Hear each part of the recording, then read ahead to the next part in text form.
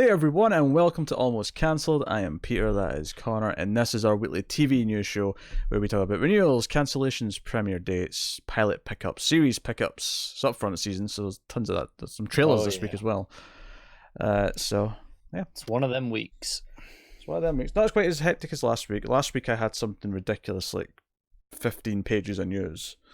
But still a hefty amount, I assume. That's a reasonable amount, but Yeah. it's like half of what last week was. So yeah, but still a hefty of an average, by an average standard. Sure. So that's what we're going to do. And we will start off with renewals as we typically do, if there is any. I mean, not every week has renewals, obviously. It's not a regular thing necessarily. More so at this time of year. But... Yeah. But the big news of the week. Biggest news of the week. Well, this is going to be something bloody stupid. You'll take that back. You'll take that back. I might, but usually when you start by saying that, it's something stupid. You'll take that back because your favourite show, Siren, has been renewed for a third season at Freeform. I take it back. Good. You were right. The Mermaid War show rages on. So, and then arguably actually much bigger is This Is Us got renewed by NBC. However, do you remember how last time we spoke about this getting renewed 2 years ago? It was renewed for both seasons 2 and 3. Yeah. This time it's been renewed for seasons 4, 5, and 6. God damn, they're locking that cast in. Yes, this is a very successful TV show. They're renewing it 3 years in advance. That is. I don't know if I've ever seen a 3-season. I guess the only example. I guess maybe in like one of the CSI style shows. I think I've seen in. The only thing I can think of that I know for sure technically would count is Lost, because after season 3 of Lost, they set an end date and they said, it'll end in 2010 with season 6. So that effectively renewed it for 3 seasons. But that's a slightly different circumstance. I don't know if they're actually saying this is going to be the end of the show here, or if it's just. We'll get at least 3 more. Yeah, we'll get to season 6. But okay, 7, 8, and 9. Here we go. Yeah. This is still relatively unprecedented. Like I say, we can think of maybe a handful of examples ever. It's a pretty big deal to do this. Because we thought it was a huge deal at the time, just to do a 2-season. To be fair, that is still a huge deal and doesn't happen that often. It doesn't, but 3, wow. Like Simpsons often gets 2 at a time, but Simpsons is at season 30 something. So I mean, at this point, like they're pretty confident with that show. they know exactly what numbers that's pulling in, right? Yeah, they know what they're getting. So that's been renewed for 3 more seasons. Fox renewed The Orville for season 3, which I have to admit I'm a little surprised. I honestly thought that show was far too expensive for what it was doing, but no, I'm not surprised. I think it's got a pretty dedicated audience. Maybe it's because I hate the pilot, so I just assumed it'd be dead in the water. Yeah, might be. Maybe, yeah. And then ABC also renewed The Goldbergs for season 7 and Schooled for season 2. That's 2 of their comedies. So, cool. There you go. And then cancellations. First one's a little bit sad. The Tick got cancelled at Amazon after its 2nd season. The creator does want to shop it around, but I mean, I don't believe we have a precedent yet for a streaming show that then gets shopped around and is picked back up. Yeah, there was one on Netflix where they wanted to, but Netflix actively blocked it. I can't remember which one it was. It was recently. It was within the last couple of months. Because Netflix, when they cancelled it, went, you know what? Yeah, we just can't justify it. We tried, but we can't. It's not getting the numbers. And I think it might have been Hulu that wanted to save it. And Netflix, obviously, they have. Built into the contracts of, we can stop it doing this or that. And they actively stopped it because they didn't want it on a rival streaming service. Because they're like, well, hang on a second. That looks bad for us. What's interesting there is if a cable network decide to save it, would they have the same I suspect attitude? Not, because I don't think Netflix sees themselves as competing with cable or network anymore. That's interesting. ABC cancelled Whiskey Cavalier after 1 season. Which one was that again? I remember it existing. The Lauren Cohen show. Ah, yeah, okay. Star of Walking Dead, and also the not-so-hit film The Boy. Oh, was she in that? She was leading that. Whatever. She was in Chuck as well. She did a bunch of stuff. She was, yeah. I remember in Chuck. She was She was the daughter of that in like season 4, right? Yeah, Timothy Dalton's daughter, I think. Yeah. Yeah. But every time I see her now, it's just no, the boy. That's all I'm seeing in my head. It's a shame because she's quite good, and that's probably just ruined her for you. Well, at least Katie Holmes is in the second one, so I mean, no harm done there. Yeah, not a huge loss. And then Fox cancelled Proven Innocent after 1 season, as well as Star after 3 seasons. So I don't remember what Proven Innocent was, I'll be honest. yeah, I don't either.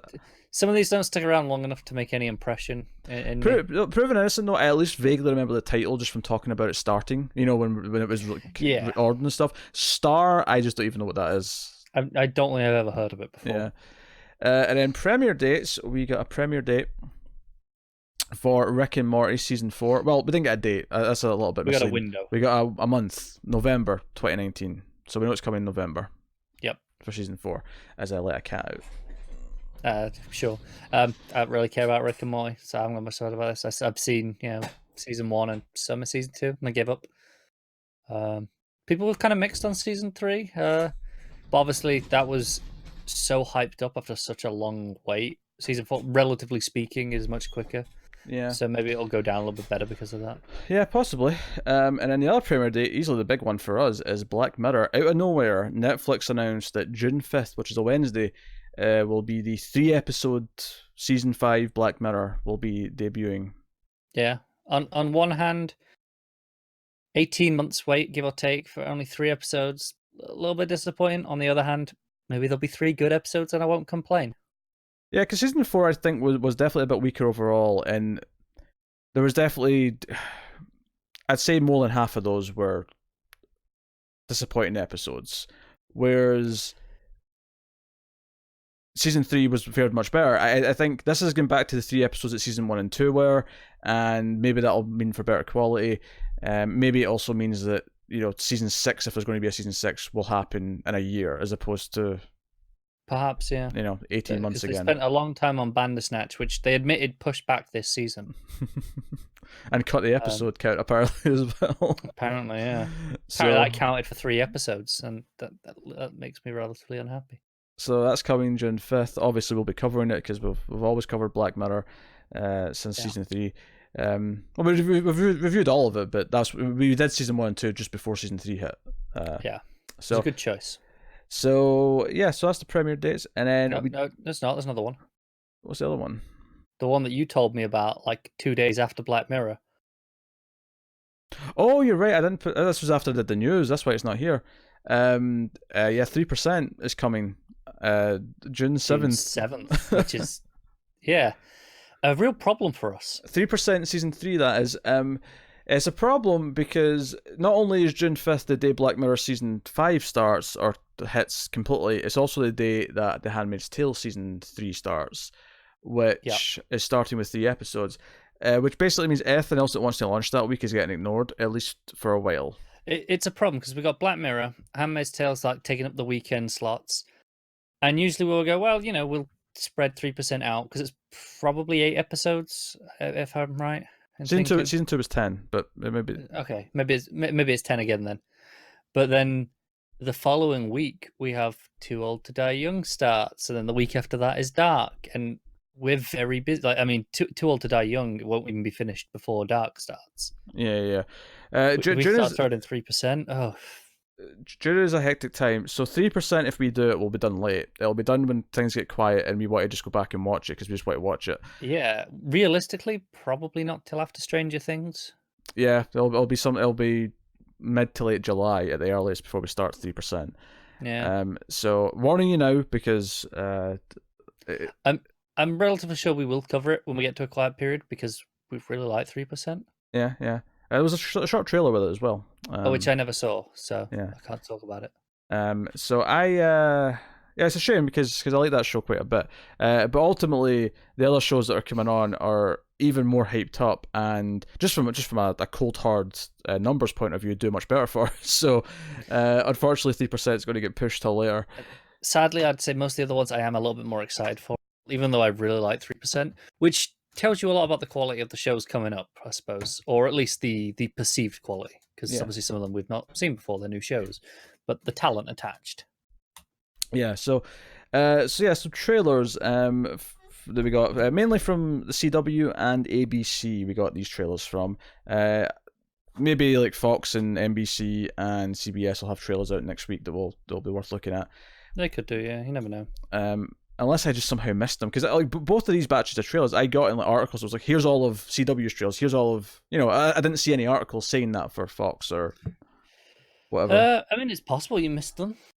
I mean, it wouldn't be the first time. What's interesting though is that obviously CW has Batwoman, which is inherently interesting to us, and sometimes can give us some other stuff. I think interestingly, the two ABC shows that I've got here are probably shows that we might actually want to check out, despite the fact that we don't necessarily cover a lot of ABC stuff. just in concept. In concept, yeah. Fox occasionally throws something at us. Yeah. Oh, this is a new Fox. This is a post-Disney Fox. That's true. I mean... No, it doesn't have anything to do with this Fox network now, but Fox is now separate from the rest of Fox, because now Fox Network is on its own. Yeah. Away from everything else which Disney now owns. So, Batwoman first. We did talk about this in Television from the Multiverse, or DC TV podcast, but worth reiterating some thoughts here again, just quickly. Acting I'm not concerned with, possibly, in the show, but conceptually what they're doing on the show, I'm mostly okay with. It does kind of the same thing that Supergirl had, where it was like, we're kind of just going to have a Batman show, but it's just not Batman. Which is they're very open about it. Some clunky dialogue, but I'm hoping that's just pilot-y stuff. Yeah, I think the upside with this one, though, is there's at least some plot built into this one where it's like, okay, Batman has actually just went missing. We don't know where he is, and someone has to step up. There's at least some interesting drama to come from that. And it'd be really cool if we ever get they're allowed to use Batman, or at least Bruce Wayne at some point. Yeah.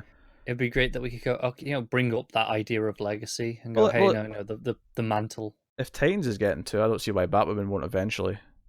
That's how you boost ratings in season 2 or 3. You say, oh, Batman's going to be on it this year. Yeah, it's possible. And there's precedent, because what did Supergirl do when it started season 2? Oh, Superman's going to be here. Yeah. And with Batman, there's so many characters, like so many villains, but like I could see like a Damien like appearance or something like that. Just yeah. I mean, why not? So, but no, I mean, it does. On the one hand, it looks like a CW show, but on the other hand, the Batsuit looks pretty good, and we'll see. I think ultimately it doesn't really matter, because we're going to be watching the damn thing anyway. Yes, because we have a podcast devoted to those bloody things. We don't really have much choice. Yeah, so things we do have a choice on: Nancy Drew, which is your just graduated high school age Nancy Drew, who's staying back at home for a year without going to college for some reason. I can't remember. I don't know if there's a reason in the trailer as such, but I just remember that from the description. So we have attractive redhead detective Nancy Drew solving what, and this is something I don't think I got from the descriptions. This is very supernatural, this case. Yeah, because at first I was like, okay, it's kind of Veronica Mars, right? Yeah, a little bit. Yeah, a lot of the vibe I was getting from it, and then it went really supernatural, and I was like, because at first it was like, oh, there's people thinking, oh, it's supernatural, and it just felt like we were gonna, oh, it'll just be about disproving that, right? No, they're straight up ghosting this. and then it went all in on it. I went, oh, okay then. Didn't really expect that. Honestly, better looking than I thought it was. I think the one part of this trailer that I really didn't like is that about 2/3 in, there's like a montage with a lot of kissing and like the typical CW sexiness. That I have more bigger problems than that. I think the horror elements are kind of shite, which is a problem on this concept. See, I don't necessarily disagree with that. I think though that when you have to quick cut a trailer like this, because this is not a horror trailer. This is the weird thing here, is that it's doing a quick cut TV trailer, even though it's like 2.5-3 minutes, whatever it is. Even though it's doing that, like, it still puts the horror moments in. I think the moment at the end is okay, and it's the only one where it kind of slows down to have like there's a ghost behind you moment, whereas every other thing is like just quick exposition over the top of creepy image. Yeah, I wasn't even a big fan of that one at the end though, personally. I mean, I'm not saying that I think this is going to be good necessarily. It's just not, like, to compare it to what was the last CW show we did, Roswell, New Mexico. This doesn't look like immediate trash like that one did. This looks like sort of something that, hey, if you told me 10 episodes in this had gotten not bad, I'd be like, oh yeah, I could believe it. maybe Yeah, I get that. It settles into his detective-y thing. The lead actress seems okay. Yeah. From the quick glimpses I get of her, she seems like she can carry a performance. Yeah, that's. So yeah, I don't know. I like the idea of her having like a rivalry with the local sheriff. Like she's made his life miserable for years as a kid. Yeah, I did like that scene where the sheriff's like, you got all, just labeling them, and Nancy Drew, and the other girl's like, why did you say it like that? She used to. I got a chuckle of that. Yeah, she used to make my job complicated, and then the other cop's like, yeah, she used to do it for you. Well, that element could be fun. It could, yeah. Yeah, maybe we'll check out a pilot of this This doesn't look awful. Like, it looks like there's potential, but I mean, I'm not convinced either. It does. It kind of looks a little bit more like I wanted Riverdale to be. It may still fail, but it looks like it's. Okay, I can see that. It looks like it's a bit more lean towards what I was wanting from Riverdale. Yes. So speaking of, there's a spin-off of Riverdale. This was only a 30-second tease, but Kate Keene. Is it Kate Keene? Yeah. I don't know. I'm not looking at it. No, it's Katie Keene. I think I just wrote down Kate in my notes, which is why it's Katie. Yeah. Which is why I'm saying it and doubting myself. Yeah, it's basically just a roll call of the main 4 characters. One of which is Josie from Riverdale, who's jumping ship. Yeah. Which I like. I mean, I don't really have any interest in the show for obvious reasons. Yeah, there was enough here to tell me nope. Yeah, it's not for us to do with this. Yeah, not even just from a review purpose. I just don't want to watch it. I'm good, but yeah, I do like that there's a character from Riverdale going to be a main character in this, because I feel like there's so many spin-off attempts these days that are just like, oh, we'll put in some characters who are going to be in the new show in one episode as a way to kind of spin it out unnaturally. I do like the idea of taking a main character or two from the show and using them to form a spin-off, because it feels more naturally, more earned to me. The obvious example being the spin-off of the hit television show Buffy the Vampire Slayer, where not only Angel himself, but you also brought Cordelia, and it was like, hey, this is a long-established character who gets to be in this new show.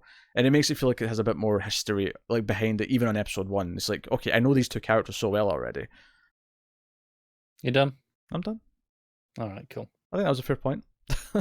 Yeah, you would. Shut up. And then next up, so this next one's interesting because obviously, last week we did a lot of Here's What's Been Ordered, right? I actually have to do the This Has Been Ordered with the trailer, because this happened to drop. The news of this being ordered dropped after we did the last news, and then the trailer came out the same week. So this is Emergence, and what's notable about this is that it's been ordered by ABC, and the reason why that's notable is because it wasn't in development at ABC, it was in development at NBC. So it's actually jumped ship on its pickup. NBC passed on it, and ABC went, yeah, go on then. So yeah, it hails from ABC Studios, centers on a police chief, played by Alison Tolman, who takes a young child, played by Alexa Swinton, that she finds near the site of a mysterious accident and has no memory of how it happened. The investigation draws her into a conspiracy larger than she ever imagined, and the child's identity is at the center of it all. So what's nice here is that we also got to see a trailer. Yeah, there's one big notable element that description doesn't mention, isn't there? Because I remember getting this description a long time ago when it was first... Yeah, I recall this, yeah. And I remember us going, it was hard to comment on because I don't know what the conspiracy is, I don't know what's going on. Here I'm like, aliens. Yeah, it's aliens. It's aliens. And I have to admit, this looked actually worthwhile checking out a pilot. Aliens with some sort of electromagnet power? Yeah, because the little girl at one point crashes a car that Tolman's chasing, and then all the rain in the windshield. This is right at the end of the trailer. It starts going sideways. But there's a few things throughout it, like she points at a TV, and it's doing all things. And there's paper clips moving around. There are little things throughout the trailer, but then there's the big moment at the end. A lot like these upfront trailers, it kind of spoils a lot of what the pilot will be. But yeah. I did like the idea that she doesn't really want to keep the kid. She's doing it out of niceness at first because no one knows where she belongs. And then the scene I actually quite liked in this trailer was the 2 people come in saying, "Oh, here we're our parents, blah blah," and she asked to see photos. Can I see your pictures of them? Yeah. And they can't, and they get really defensive. So she's like, "Hey, run these prints," to the other cop. She's like, "Run these prints. Let's find out who these 2 assholes are." And this did not look bad. It didn't, and it's sort of thing where it may fall flat when I actually see the episode, but conceptually, this is much better than the description ever sounded. Yeah, that description really undersold it. Because I think one of the things that maybe like knowing that Tolman was the actress involved, I maybe should have assumed there was going to be more of a heart to it, where her protecting the kid was going to be a big like part of the core. Sure, and I think that was probably what was always assumed by us, but I don't think that's enough for me on a TV show on concept. I need more than that. Yeah, because this doesn't even say it's sci-fi or say there's something, or if not sci-fi, supernatural just or something mysterious happening. It's just no, there's a conspiracy, and that is not inherently exciting. And it may not be. I mean, hell, it could just be like secret testing or something like that, and it's made meta-humans or whatever. But like something's happened. Yeah, and she's got powers. What you're saying is they saw Stranger Things. They saw Stranger Things and did a Stranger Things network version. Hey, which I'm not against. Yeah. So, bizarrely, I'm down to check out another pilot here. So that's Nancy Drew and Emergence. I'm okay for checking out. These are stacking up in the fall. And I hate to say it, but I think this last trailer we're going to talk about is also worth looking at. It is. We have to mention a bit of news about this before we actually talk about the trailer. This is Stumptown we're talking about. Yes, and that's the news. It is called Stumptown, despite the news last week that they had dropped that name. Yes, and we were really confused as to why. Because there's all your name recognition gone. Not even just that. It's an interesting title. It's got a sound to it. It sounds like something. Yeah, and then within a few days, here's a trailer, and it's called Stumptown. It's almost like they put that news out, said, "Okay, we're going to retitle it," and then they put out the press release for the order. It's like, "Okay, we're doing the trailer in a couple of days. Okay, what are we going to call it?" Everything else is shit. All right, Stumptown it is. Never mind. I wonder if they saw people going, "Why? Why would you get rid of the name?" And they went, "Go on then. We'll just call it Stumptown." Yeah, maybe. They did the Sonic the Hedgehog treatment. Maybe. Joe, I liked about this trailer is that the first half of the trailer is just one scene, and it really gave you a sense of the tone before it did all the quick cuts. This had such style to this trailer. Because I think I was worried, because obviously I've not read the comic, but I love Greg Rucka, the writer of the comic, and I was worried that a network TV show wouldn't have whatever charm he put in that. But I mean, I didn't know what the tone of the book was, but this scene here, where it's a Rucka crime book, you can kind of picture it. You've got these two criminals in a car, and there's like gas coming out the back seat, and then it's Kobe Smulders, who's the lead actress here. She comes out in the back, and she's having this fight scene with them, and it's actually this really funny scene because the song on the radio is playing, and it's really sort of in time with the action. And then at one point she's yelling at the driver, "Look, car!" She's kind of like directing him to drive a bit so they don't all die. And then it's a very over the top, wacky kind of scene. And then once it starts quick cutting between everything, use of music was very good. And then there's a lot of just little jokes with her. There was some that didn't land for me. The first one after when it started like cutting through things at the casino, when she's like, "Oh, that's electricity and food. Let's get cable," and that one didn't land for me. That was like, oh, okay. It might play better in context. It could also just be pilot. Yeah, but then there was a couple other ones that did land for me. There was it's when she tries to say she's from the police, and the girl's like, "Bullshit! Like you're not from police. Police don't drive crappy cars." And that wasn't the funny part on its own. It's when she gets back in the car and the car won't start. She's like, "Don't do this to me! Don't do this to me! Drive, you piece of shit!" Yeah. I like the look. It's kind of got this grimy look to it. It doesn't look super clean. It still feels like a network show, but it feels like a fun network show. Yeah, but it feels like network. They often has this real noticeable sheen over them. Yes. This feels like it's got a bit of a more grey color palette. It's got a little bit of grime. It doesn't feel quite as clean, I guess. I liked it. We have an actress at the center of it all that we already like, which is nice. That helps. Yeah. I'm certain she can carry this. Yeah. So. So look at that. ABC got 2 pilots we want to check out, and CW has 1. Now, admittedly, I think CW 1 is the least likely of success, but yeah, if I'm ranking them, it's Stumptown. Was it called Emergence, and then Nancy Drew. But I mean, that's fair.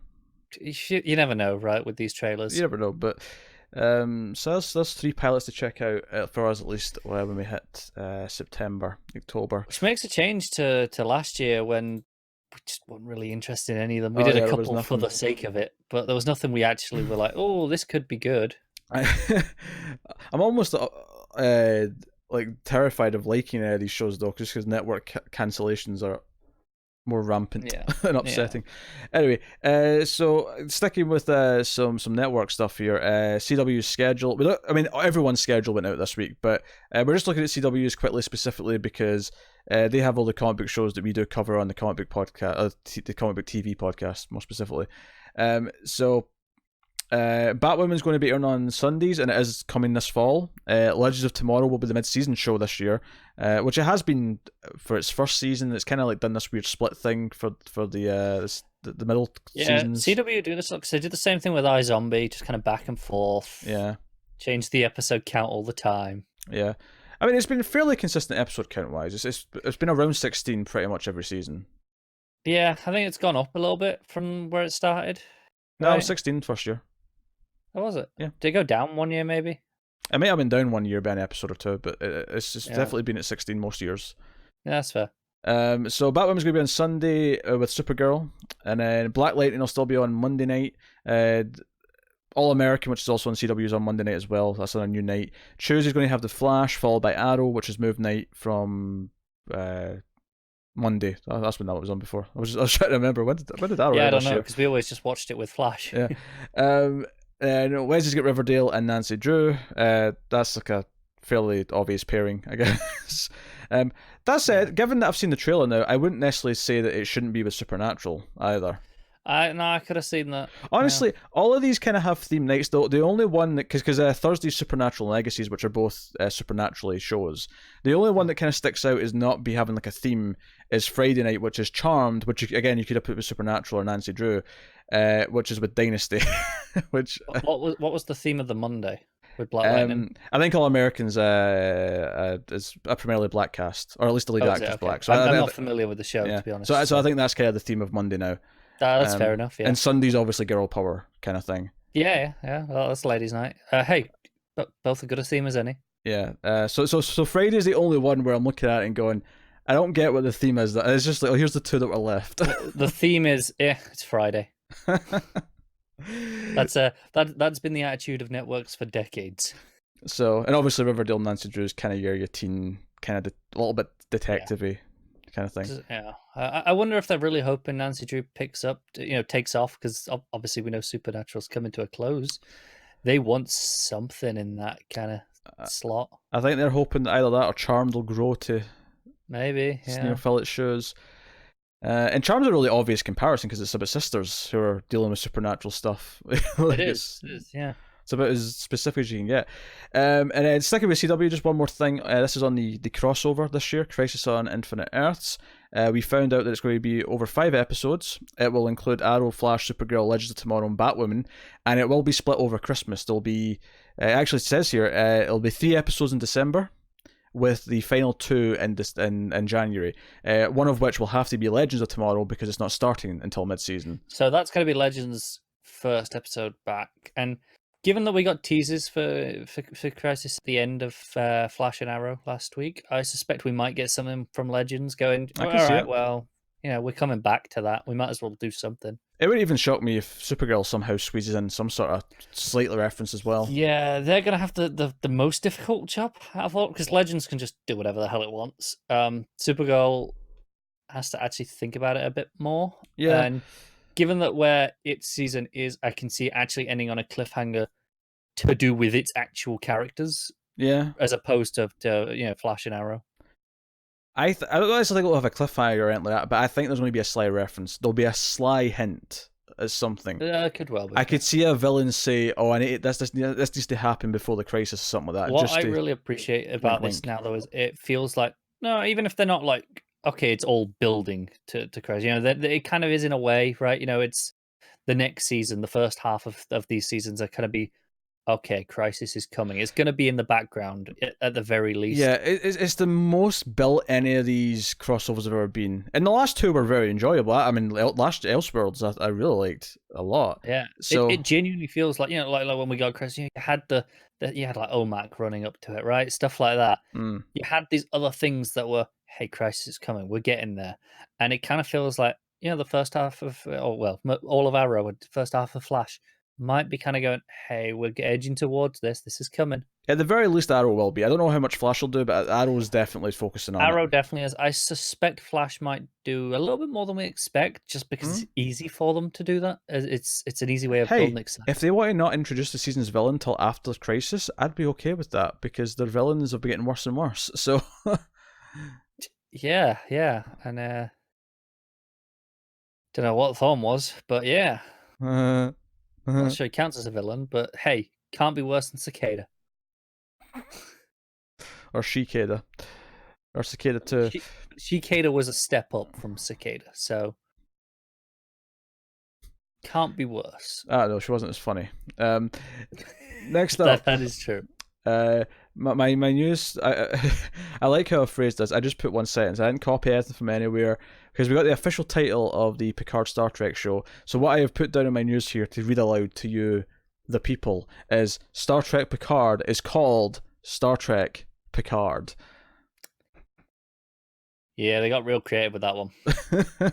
I mean, I suppose I shouldn't be surprised, because it is still part of CBS technically, so the most obvious thing. There was a logo as well, and they had like at the upfronts they had like a small scene playing. I don't believe they've actually shot the show yet. I think they actually just shot a quick little scene just for the upfronts. That makes sense. It's just someone asking his name. It's more you got him out in costume, and you got all the people in the background and the outfits. It's like, okay, this feels real now. Is the point? Yeah. So Picard is a coming. Not to be fair, not that I ever doubted that it was. I think they've been pretty good on following through so far on these things. And then next up we have, so Snowpiercer TV show that's coming. Yeah. No, that's happening. It was TNT, wasn't it? It was. Stop spoiling my news, you prick. So a couple of things have happened here with Snowpiercer. So despite the fact that it's had development hell for multiple showrunners. Yeah, it's went through a bunch of changes. It's actually had an early renewal for season 2. It's already renewed for season 2, and then on top of that, it has moved networks. Warner Brothers, which is the parent company of all this, have moved it from TNT, which they do own, to TBS, which they do own. Which is interesting, because TBS up until now has been primarily more of a comedy channel, and it seems like they're making an effort to push original drama on TBS, and that's why they're doing this. So I can understand this from Warner's perspective of, TNT kind of is already established, right? If you want to establish a new thing, you want to make TV. All right, we want to make a push and make people aware of this. You do it with a name that at least has some recognition. That there are enough people who've heard of Snowpiercer. Well, like, no, okay. I wonder though how much they're changing at TNT, because TNT. They just announced one of the big things at the upfronts, which you don't care about, but it's notable from a direction point of view for the network, is that they've actually just signed a deal with this new wrestling company who are going to start airing a weekly wrestling show live in the fall on TNT. On TNT. Didn't we have news about a wrestling thing being started on one of the networks like a year ago? Oh yeah, that was SmackDown moving to Fox. Yeah. Okay, that's what I'm thinking. This is a new company called AEW, All Elite Wrestling. Right, okay. And wrestling fans are kind of chuckling at this quite a bit, because you won't know this, but back when WWF was fighting off WCW, WCW's main show was on TNT. So there's a weird kind of like time as a flat circle feeling to this, where there's a famous story where oh god, what's the guy's name? I'm really not going to be able to help you on this one. No, it's not a wrestling guy. It's the guy who owns TNT. Oh, no. High up in Warner Brothers. Oh, God. I can't remember his name. Anyway, he famously called Vince McMahon the owner of WWE/F, and basically just to say, I'm in the wrestling business. Or sorry, I'm in the wrestling business, to be accurate. So I saw TNT's tweet saying we're in the wrestling business again, and I thought that was really funny. You got a chuckle. Yeah. I get it. Yeah. So no, I'm bringing that up because I'm wondering if, like, with that choice, are they kind of aiming TNT to be less from original drama that's like, and move that to TBS, and TNT is going to be different things, one of which will be wrestling. Yeah. Were you thinking of Ted Turner? Ted Turner. That's the one. There you go. Yes. He phoned up Vince McMahon and said, I'm in the wrestling business. And then beat him in the ratings for like 84 weeks. Do you know what? I'm actually surprised I don't remember how many weeks it was, because I watched a documentary about this. It was called the Monday Night Wars, because they were on at the same time. And literally the phrase, the Nitro beat Raw 80, I think it was 84 consecutive weeks in the ratings, was uttered like 5 times per episode of this documentary. It was insane. Like, it was ingrained into my brain for a while. But yeah, so amusing. Fair enough. I mean, sure, wrestling news. That's what it's all about. Just on a mild note to add on to this before we move on, WWE is absolute garbage right now. Maybe this new one will be entertaining. I don't know. Maybe it'll be good. But hey, we'll see. Sure. Speaking of things that have been shaken up a little bit, NYPD Blue, which was a pilot ABC were working on, are not continuing with the current iteration, but they want to rework it and repilot it, maybe for mid-season. Alright. Basically, they really want a new NYPD Blue. They just don't love the pilot they made. They like the name, just not the show. That's what I'm hearing. Potentially, but I mean, hey, if they want to keep, I mean, they always can. They always say no to a few pilots every year. Anyway, if one of them happens to want to keep retrying, it doesn't really make a difference. I mean, it makes no difference. Yeah. You're right. It's true. Yeah. So we're on to the series orders and shows in development then. Starting with the comedies, NBC has ordered a single camera comedy called Perfect Harmony. This is Bradley Whitford. He's a former Princeton music professor, Arthur Cochran, who unexpectedly stumbles into a choir practice in a small-town church. He finds a group of singers that are out of tune in more ways than one. So that sounds like a comedy description, doesn't it? It does. I like Bradley Whitford a lot, though. Yeah, I do too. A single camera, you know, NBC single camera comedy is the one place I expect to get good sitcoms now. So they can be pretty damn good. I mean, not all of them, but they've got a good track record of having at least 1 or 2 good ones at a time. Yeah, so yeah, Bradley Whitford in there, Perfect Harmony. Do you know, this had a better title at some point, I'm sure. I'm sure this had a better title the first time we ever spoke about it. What's it called now? Perfect Harmony. Yeah, that name's not ringing a bell. No, there was something different. There was something with more of a pun to it, but I can't remember it now, which is annoying me. NBC also ordered a multi-camera comedy called Indebted, focusing on young parents, Dave and Rebecca, who are ready to reclaim their lives after years of diapers and sleepless nights. However, things take an unexpected turn when Dave's parents show up unannounced and broke, leaving Dave with no choice but to open the door to the people who gave him everything. So it's a family comedy with parents moving in. They're really opening up the multi-generational comedies this year, aren't they?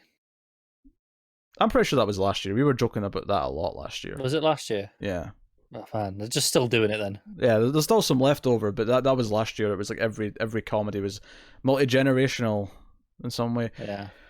ABC have ordered a comedy called United We Fall. It's a multi-camera sitcom that follows the trials and tribulations of Joe, played by Christina Vidal, and Bill, played by Bill Sasso, parents of 2 young kids as they try to make day-to-day as a functioning family. Bill's very judgmental live-in mother, multi-generational, played by Jane Curtin, who I do actually like. She was on Third Rock from the Sun. She was Mary on that show. Oh. And Joe's large Latinx Catholic family will never hesitate to let them know where they're going wrong. So that's a family comedy. That one is multi-camera as well. And multi-generational. Yes, and multi-generational. Multi-generational, multi-camera, multi-network, multi-time in all the slot. boxes. All right, so on to the dramas then. So AMC. Is that it for comedies? Oh, let's do. We did a lot last week, though. Yeah, we're starting to smooth into the quiet period, are we? Yeah.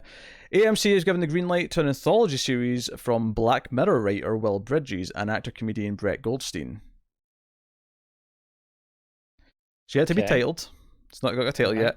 It's set 15 years in the future when science makes a discovery that changes the lives of everyone on the planet, a way to find your soulmate. Each of the series' 6 episodes will feature a new story on the cost of finding true love. Bridges and Goldstein previously created the short film For Life, which serves as the basis for the series. It's AMC's first kind of foray into this type of anthology. Obviously, they did The Terror, but this is more... Each episode's its own... I mean, it seems to be set in the same world, each episode. But each episode's its own story, with its own characters. Okay. This on AMC? AMC, yeah. Could go either way. Yeah, I mean, it worked on Black Mirror. That's some cred to the one of the creators. Yeah. Well, that helps. That's a bit sci-fi. It depends what the focus is. It's hard to tell what the tone of this is. Is it going to be? I can't imagine it's going to be cheesy based on who's behind it. But at the same time, maybe one episode will be cheesy, but one episode will be more ethereal and one will be more hypnotic. Yeah, I don't know. they could change it up a lot. Be interesting because they'll be sticking to the stricter time slot, I guess, on AMC, which I'd imagine so. Be different to Black Mirror, because even when it was the first 2 seasons on Channel 4, they were given a lot of leeway on runtime. So this might be very different in that sense of having to adhere to the stricter format. Yeah. Next up, Netflix is doing another Mark Millar TV universe series. It's called The Magic Order. James Wan. I've read this comic. Oh, there you go. James Wan's producing along with Lindsay Beer. What name? So they're executive producers. Wan will direct the pilot episode, and Beer will serve as executive as a writer and showrunner. Is what I meant to say. So Magic Order joins 2 series based on the comic book writer's stories: Jupiter's Legacy and American Jesus, and the 3 films. Wait, what? Oh, this is just listing what's been greenlit already. I was getting confused there. I was like, wait, these are all different things. What? Yeah. These are all things that have been greenlit in one way or another by Netflix. So in Magic Order, 5 families of magicians sworn to protect our world must battle an enemy who is picking them off one by one. By day they live among us as our neighbours, friends, co-workers, but by night they are sorcerers, magicians, and wizards that protect us from the forces of darkness, unless the darkness gets them first. This was a pretty good comic, from what I read. It had some Miller problems, like the first issue featured an evil magician making one of the families has one of the other magician families has like a young kid, and like he makes the kid kill the parents and then slit their own throat. So it was something stupidly dark like that. And this was like opening of the story.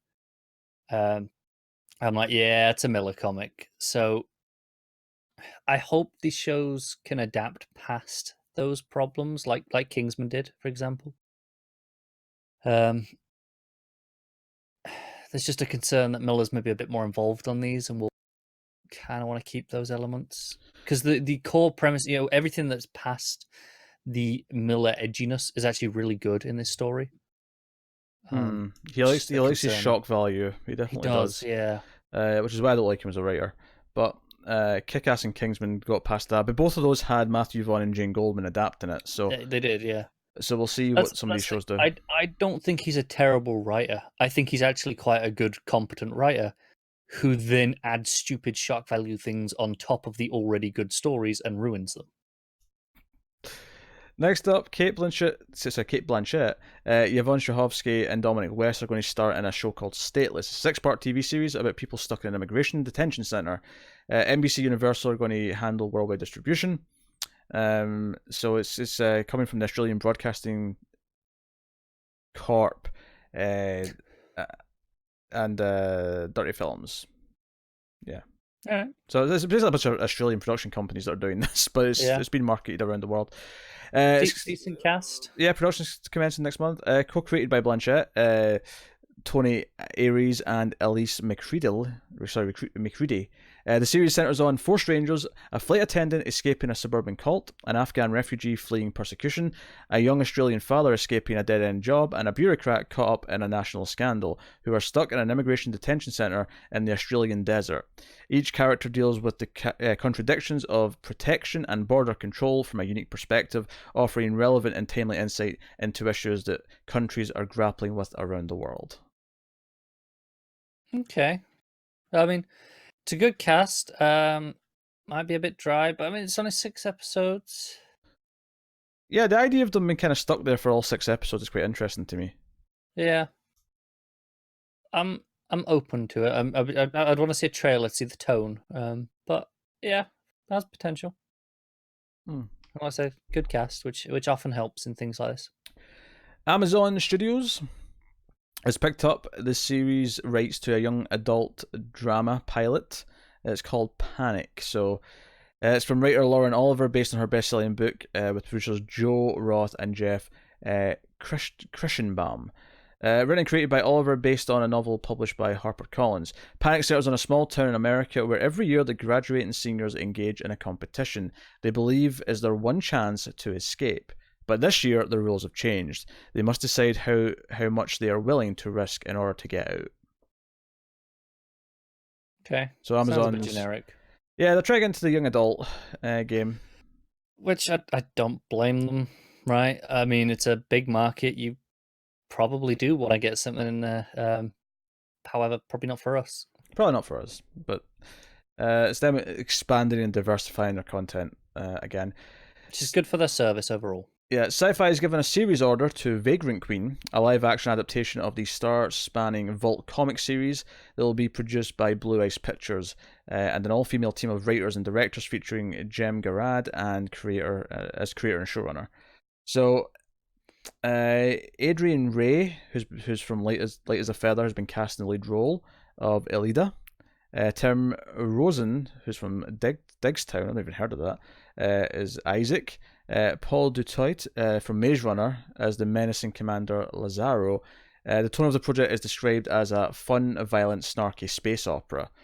So here's Okay, you got my attention. Well, here's the description. Vagrant Queen follows Elida from child queen to orphaned outcast as she scavenges the treacherous corners of the galaxy, always one step ahead of the Republic government out to extinguish her bloodline. When her old friend Isaac shows up claiming her mother Zevlin is still alive, they head off with their new ally Amy to stage a rescue that will take her back to the perilous heart of the former kingdom, and it'll upset a deadly foe from her childhood, Commander Lazaro. So, it very much sounds like something I could be into. It's interesting to see Sci-Fi try to do a space opera again. Yeah, yeah. Again, they've tried a few. Yeah, but they never seem to last very long. They tend to... Because they're expensive. Well, they are, but if they were successful enough, they wouldn't care. No, that's true. They still hope for success, sustainable success. Do you know what annoyed me about that article that you've just read? What? That it didn't say who created the comic. You're right, it didn't. Because that's kind of shitty. Unless they put it like a really weird place at the bottom, because there's usually a lot of fluff at the bottom I don't take. Because they may have it may have been an afterthought at the end. That's still relatively shitty because usually they say based on the comic yada from Vault Studios by and that's the established accepted format. Yeah. So that was pretty shitty of them. Fox has greenlit a spin-off of 911. What are they calling it? Well, I'm going to tell you something about it and see if you can... Oh, I'll read the description, right? Rob Lowe's going to be in it. He's starring in it. It follows a sophisticated New York fireman, played by Lowe, who, along with his son, relocates to Austin, Texas, and must try to balance saving those who are in their most vulnerable, while solving problems in his own life. Professional and personal lives. I'm getting it. Yeah, get drinking that booze. So, it's set in Texas, that's your clue. What's it called?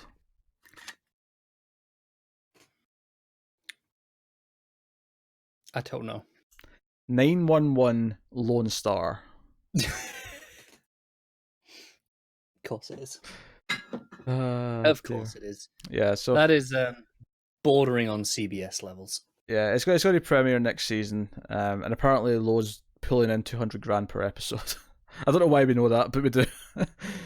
Because they were like, Lowe insisted that was there in the press release, so that everyone went, all right, I guess that's why he's doing it. He didn't want people looking down on him. Maybe. So yeah, 911 Lone Star. Fox has also ordered a drama series called Filthy Rich. It is a Southern Gothic family drama which comes from Girl on a Train and the help director Tate Taylor. The new one-hour drama high praise there. Centers on the aftermath of a plane crash which kills the patriarch of a mega-rich Southern family, famed for creating a wildly successful Christian television network. After his death, his wife and family are stunned to learn that he fathered 3 illegitimate children, all of whom are written into his will, threatening their family name and fortune. I'm pretty sure I've seen this premise before.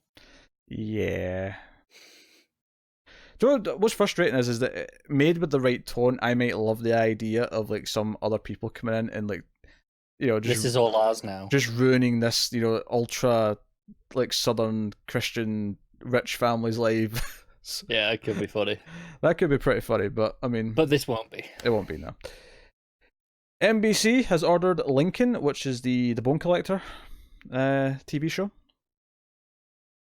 It follows former NYPD detective and forensic genius Lincoln Rhyme. That's his cop's name, that's why it's called that. Who is at the top of his game until a serious accident at the hands of a notorious serial killer forces him out of the field. When Amelia Sachs, the intuitive young officer who's got her own gift for profiling, finds herself hot in the killer's trail, Rhyme in turn finds a partner for this new game of cat and mouse. So they'll be solving cases. So it's a detective procedural. Got it. Well, yeah. I mean, it's not on Fox, but I mean, you could almost call it's a buddy cop show, but one of them's in a bed. Yeah. So, there you go. And the final news story we have this week is from ABC. They have ordered For Life, which comes from Without a Trace creator Hank Steinberg and 50 Cent, aka Curtis Jackson, and is described as a serialized legal and family drama inspired by the life of Isaac Wright Jr. about a prisoner who becomes a lawyer, litigating cases from other inmates while fighting to overturn his own life sentence for a crime he didn't commit. I remember this being described actually. This wasn't the title. It may not have had a title at the time. It might not have had one, but that does sound familiar. I remember saying, okay, I get why you want to make a show about this guy. That he was wrongly convicted, became a lawyer while he was in prison, and then, you know, argued his way out, basically. It's quite impressive. So the show will seek to examine the flaws and challenges in our penal system and legal system. So there you go. Sure. There you go. That's the news. That's all the news. That was indeed the news. Yes. Did we miss anything? Probably. Oh. I don't have anything. I just I'll throw it out there. Yeah, we probably missed stuff. And by doing that, I'm mainly blaming Pete. Yep. But yeah, that is TV news. So, I mean, we're recording this like right before the Game of Thrones finale, and Connor forgot to talk about Game of Thrones last week. I know he's only got like 5 minutes. No, I got a bit longer. That's fine. You don't have to. It's fine. I mean, we can talk about my feelings going into the last episode, which by the time anyone sees it, they will have already seen the last episode. But you know, it's a time capsule. Not great, to be honest. I've been up and down on this show a lot anyway. In general, like, you know, there was a point I stopped watching for season 5. Your rough patch. Yeah. I thought season 5 was terrible, but I thought the show had been rough for season 4 as well. Don't get me wrong. I think 1, 2, and 3 are great, like really great. 4 is okay. 5's terrible. 6 is okay. 7's pretty good. 8 has great moments and great ideas, but it's far too rushed. 6 episodes clearly wasn't enough to end this story, and I will be shocked if there is any way they can do it now and be satisfying, to be quite honest with you. I think obviously the last episode was the big character assassination, and I agree and disagree with that to a point. I think it's character assassination in the sense that it comes out of nowhere. Yes, it was foreshadowed in season 2.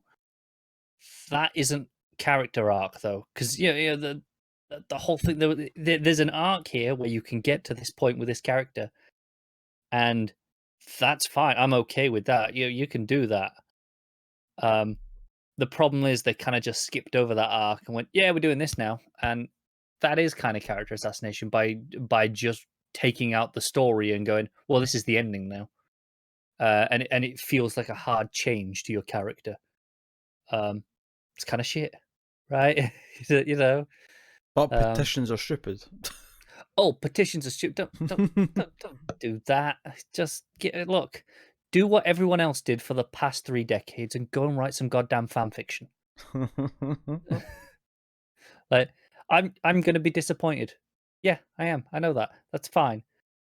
I'll just wait and read the books should they ever actually come out. I know there was rumors that there was rumors just this last week, I think, where it was one of the actors who used to be on the show was at some convention, and he was like, "Oh yeah, Martin's got this deal with them. He's already written like 6 and 7, but he's got this deal where he won't publish them until after the show's finished at this point." So there's the idea that we could actually be getting 2 books in relatively close succession within a year. I find that unlikely, personally. That'd be really funny though, given how much shit he was getting for being slow. Yeah, and it was just like, no, he just had a deal just to wait it out, which I can understand the logic of such a deal. I can. And ultimately, yeah, I'll wait and read that version because it'll probably be more fleshed out and more enjoyable. Even if it ends in the same place, it will probably have the character arc in the middle, which will make it good. How do you feel that the people behind Game of Thrones are the ones making the next 3 Star Wars movies? Mixed. One hand, they proved that with something solid to work from in the first 3 seasons, they can produce some of the best TV, that has been produced, in my opinion. Debatable, but sure. In my opinion. I said that very clearly because I knew what you're like. Now, they are, I think, writing this trilogy, which is maybe concerning. However, we know that there's, the Lucasfilm story group are very involved in everything, and everything's kind of run by them. And I'm hoping that with them in place, maybe that'll help. Because they don't have free reign, right? Because at the end of this show, they kind of had free reign to just, all right, well, we're in charge now. There's no books. Let's just do what we want. They won't have free reign when it comes to these Star Wars movies. That's just a fact. I'm hoping that giving them that structure to work to will actually really help and bring out the early Game of Thrones quality of work. But it might not, and it could be shit. It's possible. Or more likely is we'll get 2 really good movies and then a shit third one. It's nice to be on the outside of this one. Yeah, I bet it is. I don't have to care about it. It's great. I get the feeling, yeah. Alright, well, that has been TV news. So, let us know what you thought about the news stories we talked about today. You can like and subscribe. Do check out all the TV reviews that have been going up. I did start working my way through season 1 of Big Little Lies in anticipation for season 2, so the first 2 of those reviews are up. You can check out those, amongst other things. But otherwise that is it. So you can support us on Patreon, patreon.com/MailFuzzTV if you want to support the show and everything we do here and everything else we produce. You can go over there and support us for as little as $1 per month. For that $1, you get some stuff early. You get some bonus episodes of some of the stuff we do, including a random off-topic show where me and Carl just sit there and talk for like 90 minutes and just don't have anything planned. Basically, if you enjoy this show, you'll probably enjoy that because it's an even more bullshitly ludicrous version of this. So that's in the $1 tier, and there's more stuff at the $5 and so on. But go have a look if you want to keep everything coming. You can go over there and support us that way. You can also like, subscribe, comment. Get us on Twitter's @mail_fuzz for channel updates. But otherwise, that is us. So thank you once again for watching and listening. We always appreciate it. Keep watching TV, guys. Have you got any vanilla?